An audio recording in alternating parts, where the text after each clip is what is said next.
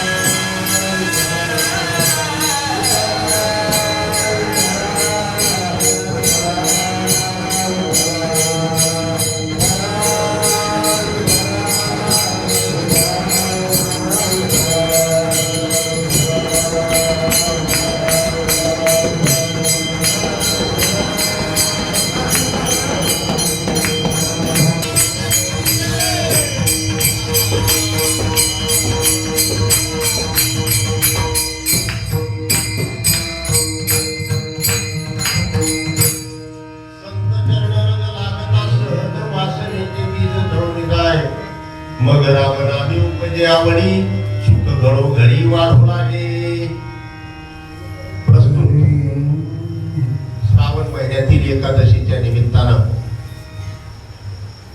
शंभू महादेव सिद्धेश्वर महादेव मारुतीराया आणि पांडुरंगामध्ये आजची ही तीर्थरूपी सेवा आयोजित केलेली आहे आणि या सेवेसाठी घेतलेला जो अभंग आहे तो जगद्गुरु जगदवंदनीय असे संत तुकाराम महाराज देहू निवासी वैराग्याचे श्रीमंत प्रतीक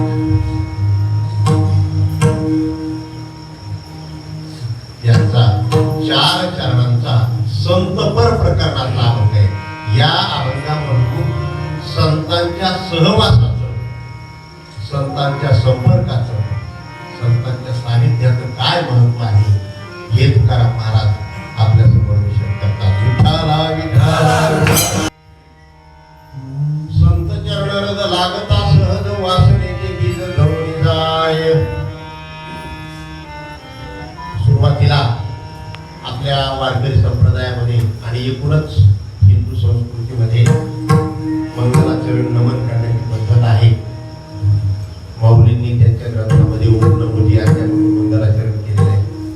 संत तुकाराम महाराजांनी गाथ्यामध्ये समचरण दृष्टीच्या रूपाने मंगलाचरण केलेलं आहे.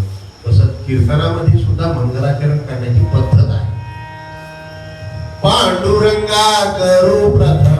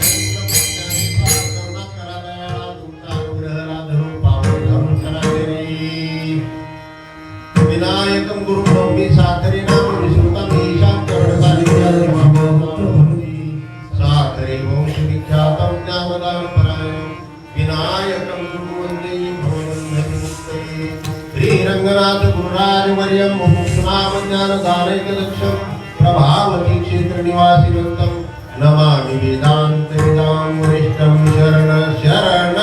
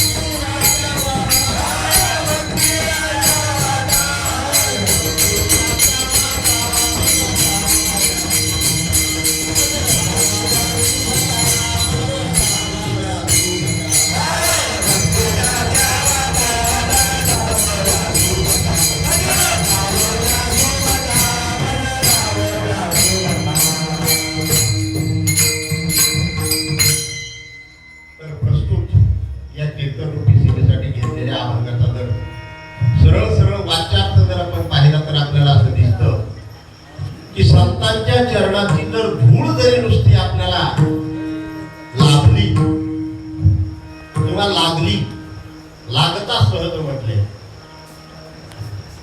तर काय होतं त्याचा परिणाम सांगितलेला आहे महाराजांनी. आणि तो परिणाम सांगत सांगतच संपूर्ण अभंग पूर्ण केला. पहिला परिणाम त्यांनी सांगितला वासनेचे बीज जळून जाय. दुसरा परिणाम सांगितलाय संत चरण रज लागता सहज मग रामनामी उपजे आवडी. तिसरा परिणाम सांगितलाय संत चरण रज लागता सहज सुख गळोघडी वाढू लागे. त्यानंतरचा परिणाम सांगितलाय संत चरण रज लागता सहज कंठी प्रेम दाटी नैनी नीर लोणे. नंतरचा परिणाम सांगितलाय संत चरण रज लागता सहज हृदयी प्रगटे रामरूप. आणि मग शेवटी तुकाराम महाराज म्हणतात तुका म्हणे साधन सुलभ कोमटे. सुलभ सर्वांना शक्य होईल अशा प्रकारचे साधन एकदम सोपं आणि जे लाभल्याच्या नंतर आपलं सु म्हणजे कल्याण होतं अशा प्रकारचं जे साधन आहे त्याला सुलभ म्हणते. एक तर ते सुलभ आहे आणि दुसरं ते गोमट आहे. गोमट आहे म्हणजे अत्यंत छान आहे, अत्यंत चांगलं आहे. पण ह्या साधनासाठी काय आवश्यक आहे, ह्यासाठी मात्र शेवटच्या अर्ध्या चरणामध्ये तुकाराम महाराज सावध करतात आपल्याला. परी उपतिष्ठे पूर्व पुण्य. हे साधन जर प्राप्त व्हायचं असेल तर आपल्या पूर्व पुण्याचा उदय व्हावा लागतो, तेव्हा हे साधन प्राप्त होतं. आणि या साधनानं होणारे सगळे परिणाम दुसऱ्या आणि तिसऱ्या आणि अर्ध्या पहिल्या चरणामध्ये तुकाराम महाराजांनी सांगितलेले विठ्ठला विठ्ठला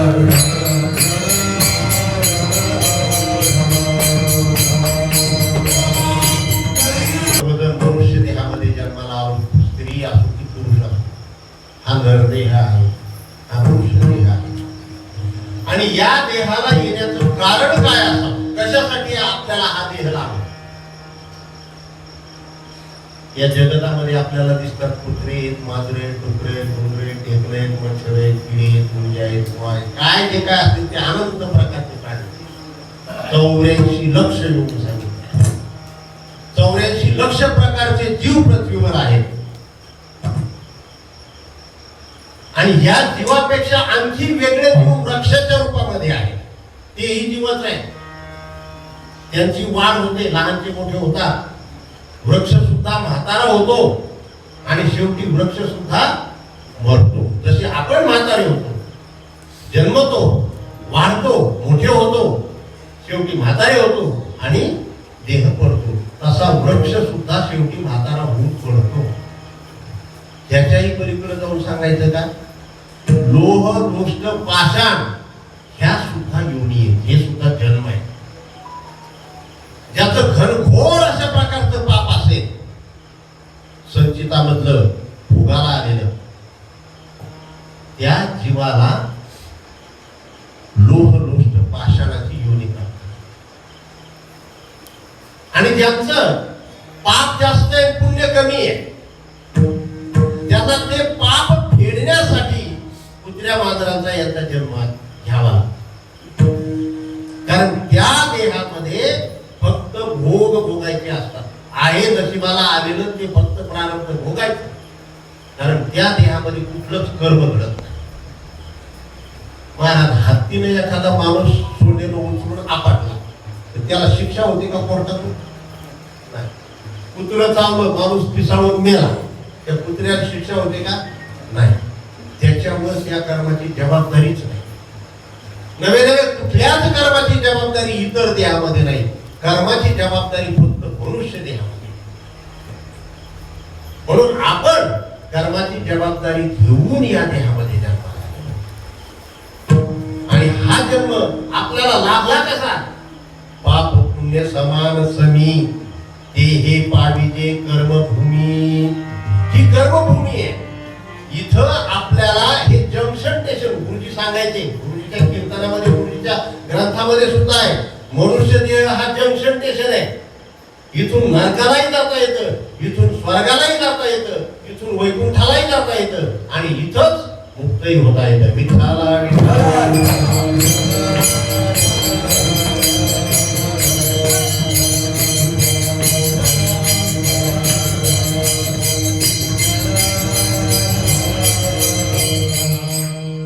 म्हणून आपण मनुष्य देहामध्ये जन्माला आहोत. ईश्वरानं आपल्याला मनुष्य देह दिला. स्त्री असो पुरुष असो या देहामध्ये आपल्याला आपलं कल्याण करून घेण्यासाठी हा देह दिलाय. वाड्या बांधण्यासाठी, रानर सातबारा वाढविण्यासाठी, सातबाराचे उतारे वाढविण्यासाठी, पैशाच्या गट्ट्या अशा लावण्यासाठी हा देह नाही. देव दिला रे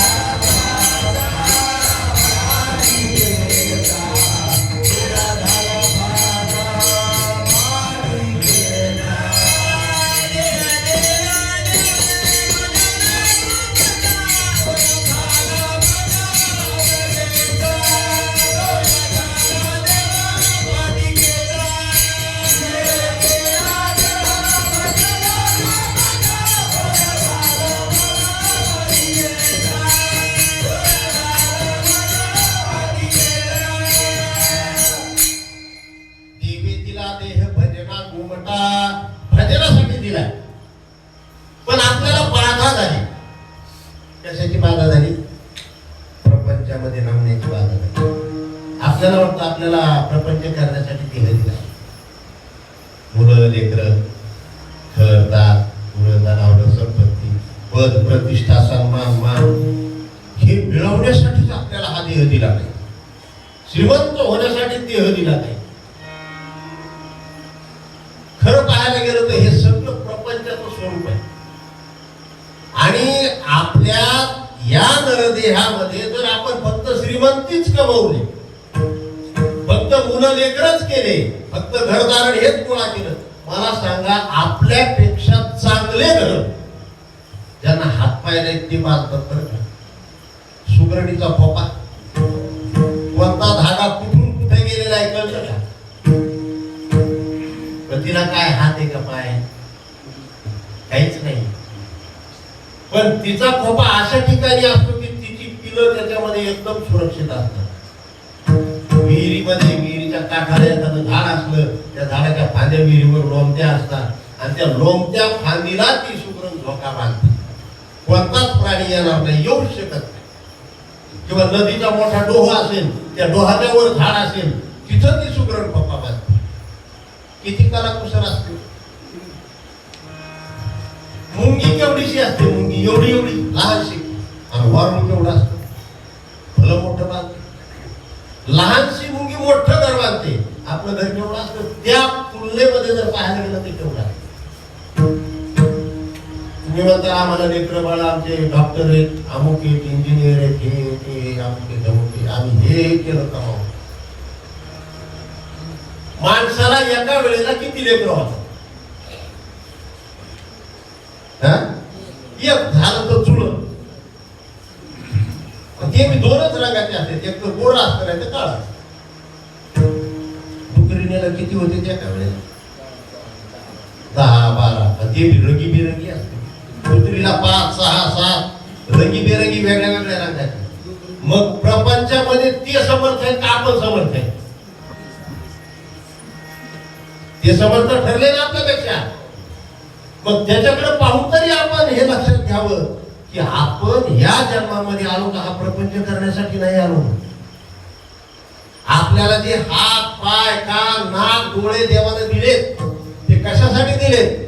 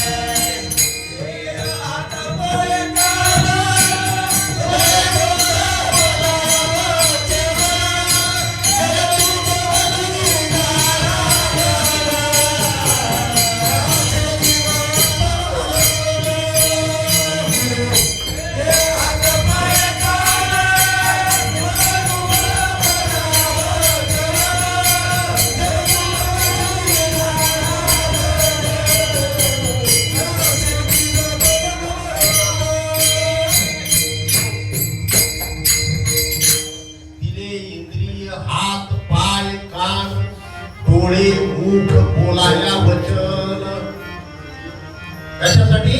जेणे तू जोडसी नारायण. नारायण जोडायचा, देव जोडायचा, त्याच्यासाठी दिले महाराज, उगीच नाही दिले. आणि नारायण जोडल्याच्या नंतर काय होईल? नासे जीवफळ भवरूप. भवरोग नासतो, जीव पण नासतो. माणसाचं जीव पण काढून टाकण्यासाठी सगळा पाहतो. जीवाचं खरं स्वरूप लक्षात यावं याच्यासाठी या देहात आपल्याला घातले परमेश्वर. उपकार परमेश्वर. आणि त्यातल्या त्यात पुन्हा आणखी विशेष उपकार म्हणजे भारतासारख्या भूमीमध्ये आपल्याला जन्माला घातले. नाही तर बाकीच्या देशामध्ये परमार्थ वगैरे काहीच नाही. खावे द्यावे द्यावे असावे सदैव असा प्रकार चालू आहे बाकी जगभरामध्ये. फक्त भारतामध्येच संस्कृती, भारतामध्येच धर्म, परंपरा, न्याय, नीती, शास्त्र, ग्रंथ, तत्वज्ञान हे सगळं फक्त भारतामध्ये. आणि भारतातल्या पुन्हा आणखी महाराष्ट्रामध्ये आपण जन्माला आलो ही आणखी महत्वाची. नुसते महाराष्ट्रात जन्माला आलो हे महत्वाचं नाही, संतांच्या नंतर जन्माला आलो हे फार महत्वाचं आहे. कारण संतांच्या आधी जर आपण जन्माला आलो असतो, कित्येक येऊन गेलेले, कदाचित आपलेही जन्म त्यावेळेस झालेले असतील, पण आपल्याला परमार्थ सांगणार कोणीच नव्हतं. कोणी सांगू शकत नव्हतं, आपल्याला सांगणारच कोणी नव्हता. म्हणून संतांच्या नंतर जन्माला येणं, परमेश्वराने आपल्याला संतांच्या नंतर जन्माला घातलं मनुष्य देहामध्ये, हे ईश्वराचे फार मोठे उपकार आहे.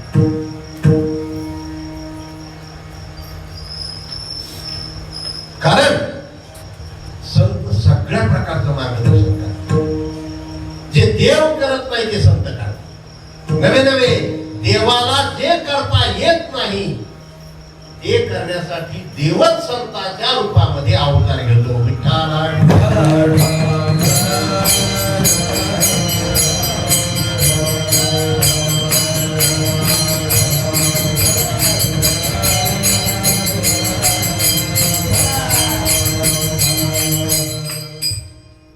संतांच्या भेटीसाठी अनेक जीव तडफडले बरं का. योगीराज चांगदेव किती वर्ष जगले?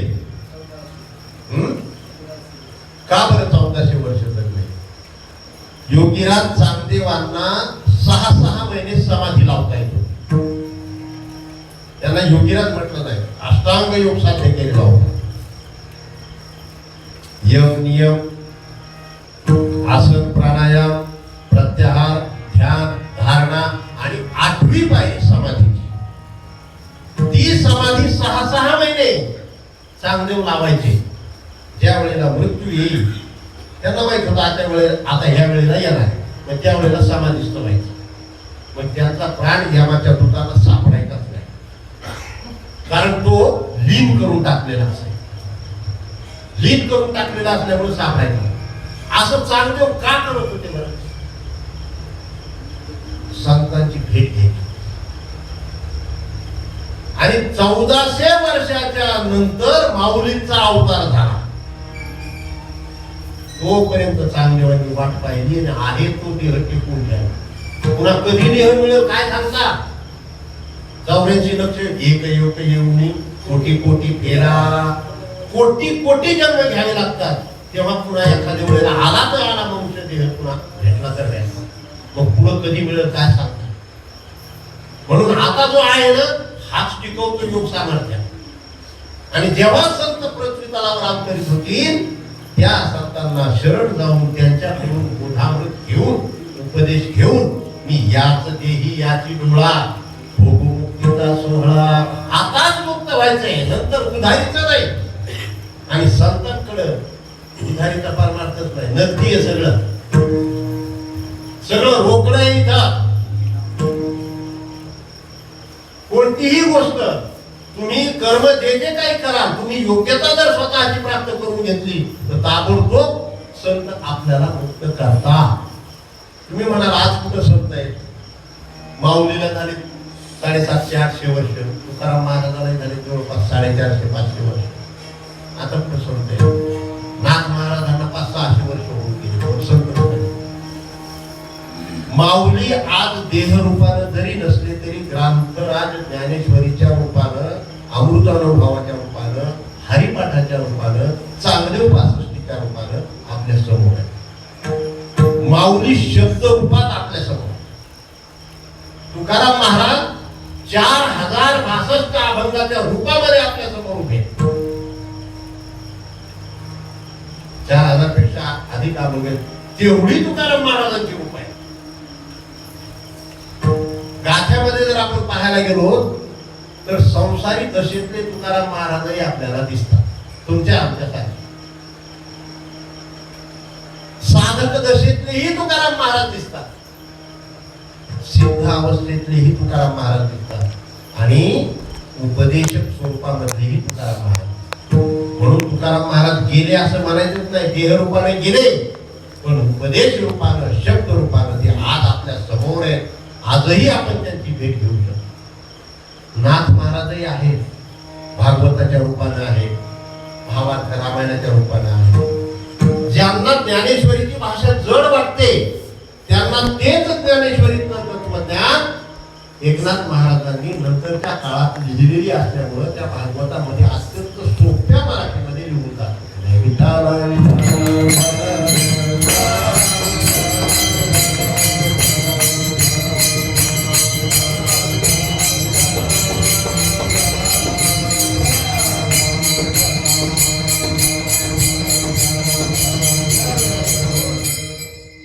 आपण या संतांचे किती उपकार मानावेत आणि किती नाही. ठेविता हा पायी जीव थोडा, काय सांगू आता, मद निरंतर जागविती. याची माझे हित करीती सकळ जेणे हा गोपाळ कृपा करी. हा गोपाळ जो कृपा करतो ते संतांच्या कृपेमुळं गोपाळ कृपा करतो. एक वेळेस देवाला नाही भजलं, देवाची सेवा नाही केली तरी चालेल, परंतु संतांची सेवा मात्र अवश्य केली पाहिजे.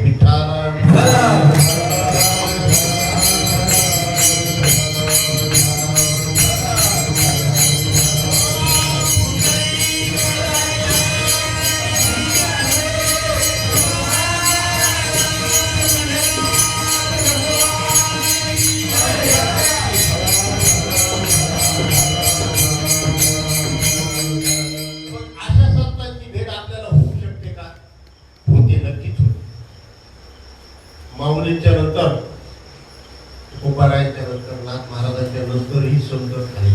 निळोबारायापर्यंत संत परंपरा झाली. जीवित अवस्थेतले देहधारी संत आपण ज्यांना म्हणतो, निळोबाराय, बहिणाबाई. निळोबारायाचा सुद्धा अभंग रचनांचा भरपूर मोठा साठा आहे.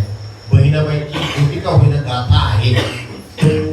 आणि तुकाराम महाराजांचे जसे अभंग आहे तसेच बहिणाबाईचे अभंग आहे. तसाच अनुभव आहे. वाचून पाहिलं तर लक्षात येतं. बहिणाबाईंनी तुकाराम महाराजांचा अनुभव सगळा त्यांच्या अभंगामध्ये वर्णन.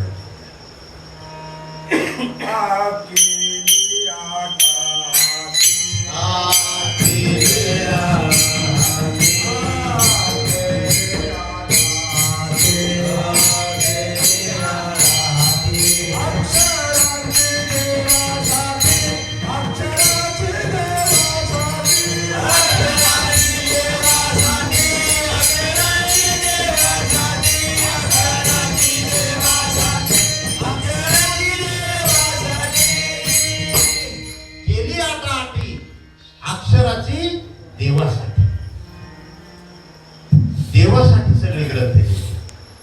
त्यांना काय ज्ञान नव्हतं का? आपण म्हणतो ना, महाविष्णूचा अवतार सखा माझा ज्ञानेश्वर, म्हणे रामेश्वर म्हटलं तुझा विष्णू नाही तुझा. हे सगळे संत हे अवतारिक संत आहेत. म्हणजे जेव्हा जेव्हा ईश्वराला असं वाटलं की बाबा सर्वसामान्य लोक परमार्थ मार्गाकडे वळावे, याच्यासाठी त्यांना मार्गदर्शन मिळावं म्हणून आता आपणच जावं. पण यायचं तर कसं यायचं? अगोदरच्या काळामध्ये आला नाही का? आला. 9 अवतार झालेले आहेत आतापर्यंत. मत्स्य, कच्छ, वराह, नरसिंह, वामन, परशुराम, राम, कृष्ण आणि बौद्ध. बौद्ध म्हणजे पांडुरंग. आणि आता जेव्हा यायचं तेव्हा येईल. पण या मधल्या काळामध्ये हे जे लोक ते झोपते आहेत ना, हे मरणारे, याचं काय व्हायचं? मग त्याच्यासाठी त्यांना मार्गदर्शन व्हावं म्हणून आता मनुष्य देह धारण करून यायचं. कारण देव कसा आहे? परित्राणाय साधूनां विनाशाय दुष्कृतां धर्म संस्थापनार्थाय संभवामि युगे. साधूंचं परित्राण करण्यासाठी, रक्षण करण्यासाठी आणि दुर्जनांचा संहार करण्यासाठी देव येतात. देव रूपामध्ये रामाच्या अवतारामध्ये रावणाचा वध केला. कृष्ण अवतारामध्ये कंसाचा वध केला. परशुराम अवतारामध्ये माजलेले जे कुणी लोक होते, अधर्मी जे लोक होते, त्यांच्यापासून 21 वेळेस पृथ्वीला वाचवलं. त्याच्या अगोदर अहंकार निर्माण झालेला जो बळीराजा होता, त्याच्यासाठी वामन अवतार झाला. त्याच्या अगोदर 2 भावांसाठी 2 अवतार आहेत. हिरण्याक्षासाठी वराह अवतार आहे आणि हिरण्यकश्यपूसाठी नरसिंह अवतार. समुद्र मंथन करायचे त्यावेळेला तो मेरू पर्वत समुद्रामध्ये बुडत होता, त्याला आधार देण्यासाठी कासवाचा. आणि त्याच्या अगोदरचा अवतार ज्यावेळेला प्रलय काळ आला होता आणि सगळेच्या सगळे जीव आता मारणार अशी अवस्था निर्माण झाली होती, त्यावेळेचा मत्स्य अवतार.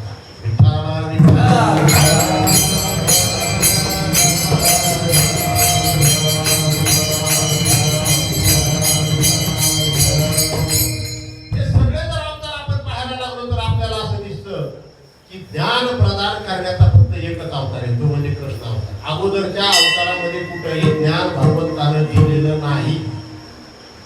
राम अवतारामध्ये सुद्धा ज्ञान घेतलंय. वशिष्ठ गुरूंच्याकडून योग वशिष्ठ नावाचा जो ग्रंथ आहे ना, ते वशिष्ठांनी श्रीरामाला दिलेला ब्रह्मज्ञानाचा उपदेश आहे. त्याच्या अगोदरचे अवतार तर आपण पाहायला गेलो तर प्राणी स्वरूपामध्ये आहे. परशुराम अवतार सुद्धा ज्ञानाचा अवतार नाही, शस्त्र धारण करणारा अवतार. वामन अवतारामध्ये सुद्धा ज्ञान प्रदान केलेलं आहे. फक्त कृष्ण अवतारामध्ये फक्त भगवद्गीता सांगितलेली, भागवत सांगितले. आणि मग आता तो तर अवतार झाला, ती भगवद्गीता त्यावेळेस सांगितली तर त्यावेळेची भाषा कोणती? संस्कृत. पण आता संस्कृत आपल्याला कळते का? होय देवा, कळते का आपल्याला? तुम्हाला येत नाही म्हणणार, आम्हाला काय येणार आहे? विठाला विठाला.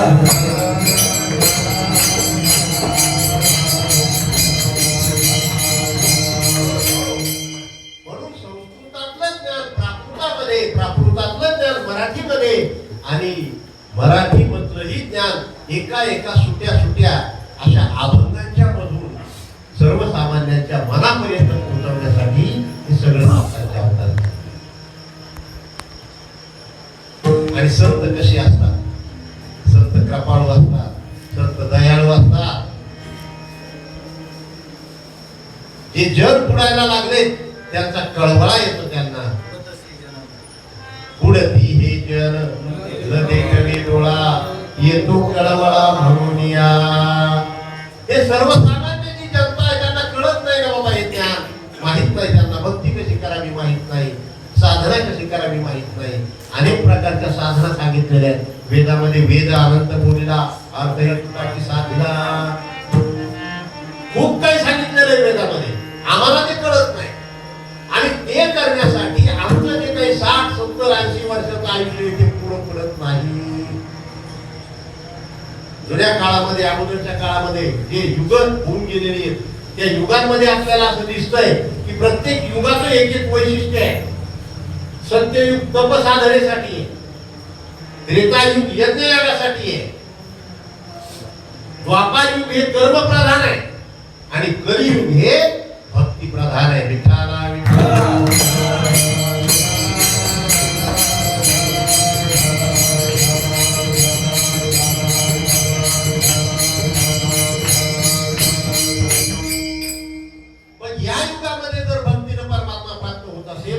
कसा करून घ्यायचा हे आपल्याला कळतं का? स्वतःच्या बुद्धीने कळतं का? नाही. आम्हाला जेव्हा तुकाराम महाराज सांगतील तेव्हा, आम्हाला जेव्हा माऊली सांगतील तेव्हा कळतं, आम्हाला जेव्हा नाथबाबा सांगतील तेव्हा कळतं, आम्हाला जेव्हा सावकामाळी सांगतील तेव्हा कळतं, नरहरी सोनार सांगतील तेव्हा कळतं, बुवा कुमार सांगतील तेव्हा कळतं, जनाबाई सांगतील, नामदेव सांगतील. असं कळत नाही. एवढी बुद्धी आपली प्रगल्भ नाही. मग रीत काय आहे? कोणती साधन आहे?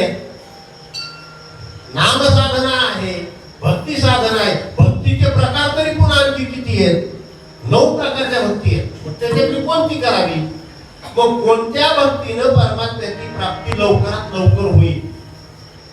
कारण आपलं इथून पुढचं आयुष्य किती उरलंय हे कोणी सांगू शकतं का? उठं बसलेल्यापैकी, उभ्यापैकी माझ्या सहित आता इथून पुढे मी किती वर्ष जगणार?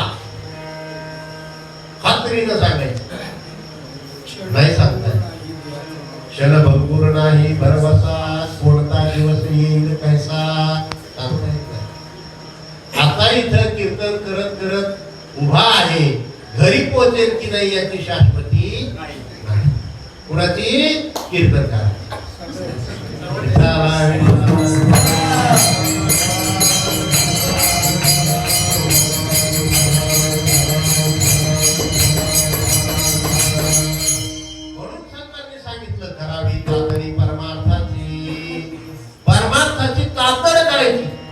लवकरात लवकर ज्या वेळेला आपल्या समोर परमार्थ करण्याची संधी येईल त्याच क्षणाला, कोणी 10 वर्षात, कोणी 12 वर्षात, कोणी 20 वर्षात, कोणी 40 वर्षात, कोणी 50 वर्षात, नवे एक तास उरला भाग्य तशा तास उरला होता त्या खटवांग राजा. पण त्या एका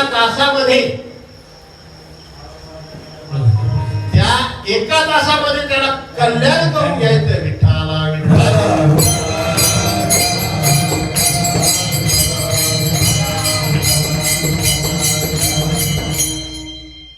परीक्षित राजाला किती उरलेलं होतं आयुष्य त्याचं? 7 दिवस. 7 दिवसामध्ये तुला काय कल्याण करून घ्यायचं ते घे. 7व्या दिवशी मी येऊन तुला दंश करणार असं तक्षकानं सांगितलेलं होतं. कारण सर्प सत्र झालेलं होतं पांडवांच्या हातात. शाप आणि त्या शापाचा परिणाम आणखी काही कर्मांचा परिणाम जो आहे तो कर्मांचा परिणाम म्हणून 7 दिवसामध्ये आपलं कसं आहे? आपल्याला किती दिवसामध्ये? सोमवार, मंगळवार, बुधवार, गुरुवार, शुक्रवार, शनिवार आणि रविवार. किती दिवस झाले? ह्या 7 पैकी तिनं आपल्याला कोणता तरी एक असं समजायचं आपण की आपले 7च दिवस आहेत. मग ह्या 7 दिवसामध्ये आपल्याला काय करता येईल? तर या 7 दिवसामध्ये जेवढं काही आपल्याला करता येईल तेवढा परमार्थ आपण करा. आपल्याला स्वतःच्या बुद्धीनं कळत नाही ना तर मग संतांचं मार्गदर्शन घ्यायचं. संतांच्या मार्गदर्शनातून जर त्यांच्या दाखवलेल्या वाटेनं जर आपण परमार्थाची वाटचाल जर केली तर आपलं कल्याण झाल्याशिवाय राहणार नाही. विठ्ठला विठ्ठला.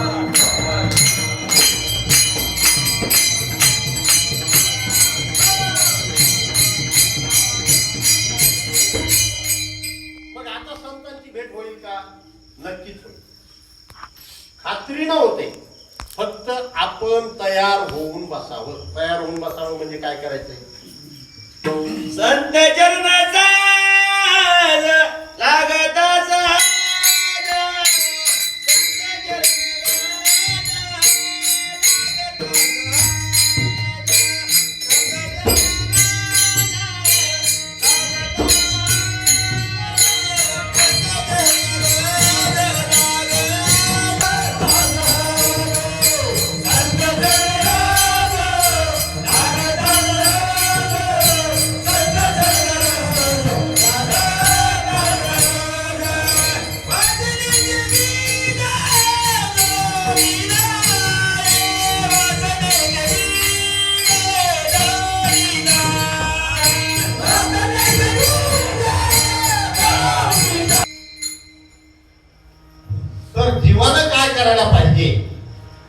असा विषय चालू होता. आपण या नरदेहामध्ये जन्माला आलो, आपल्याला साधनं मिळाली, संतांचं मार्गदर्शन मिळालं, आपल्या अगोदर संत होऊन गेले, त्यांचे ग्रंथ आपल्या समोर आहेत. त्या ग्रंथामध्ये सांगितलेल्यानुसार आपण आपली तयारी करावी. आपण तिकीट काढून रेल्वेच्या फलाटावर जाऊन बसावं, गाडी येणारच आहे, आपल्याला घेऊन जाणार. काय आपली जबाबदारी काय आहे बघा. प्रत्येक जीवाचे 4 प्रकार पडतात. पामर, विषयी, जिज्ञासू आणि ज्ञानी. पामर म्हणजे कोण?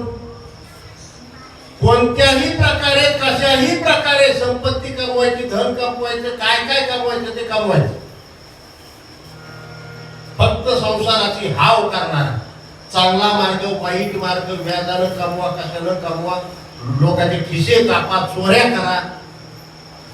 ऋणम कृत्वा घृतम पिबे, ऋण काढा, कुप्या हा पाप. आणि ह्या लोकांचे सगळे भोग मला भोगायला मिळाले पाहिजे. त्याला म्हणायचं पामर. दुसरा विषयी, उत्तम उत्तम प्रकारचे भोग भोगण्यासाठी ज्याला नेहमीची इच्छा असते. नवे नवे पृथ्वी तलावरचे भोग तर पाहिजेतच पाहिजेत. त्याला स्वर्गलोक पाहिजे, त्याला इंद्रलोक पाहिजे, त्याला वैकुंठ पाहिजे आणि तिथले अमृताचे कुंभ त्याला प्यायला पाहिजे. त्याची इच्छा नको.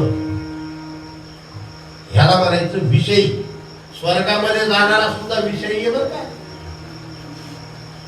तिसरा प्रकार आहे तो तो मुमुक्षु काही मी उद्धार पावेन काही कृपा करीन नारायण ऐसे तुम्ही सांगा संतजन करा समाधान चित्त माझे खापराचा कचकुला असतो माझा माझ्या दाम्पत्य झाल्यात आता त्या खापराच्या कचकुलामध्ये आमच्या मायबाबल्यांनी लाह्या भाजल्या लाह्या त्या लाह्या अशा शांतपणे फुटतात फुटताना कधी फुटते तार करुणी मारते तसं लाही प्रमाणे चित्त तडतडलं पाहिजे माझा उद्धार कधी होईल एक क्षण तिला स्थिरता नसते तिची लाहीला एक क्षण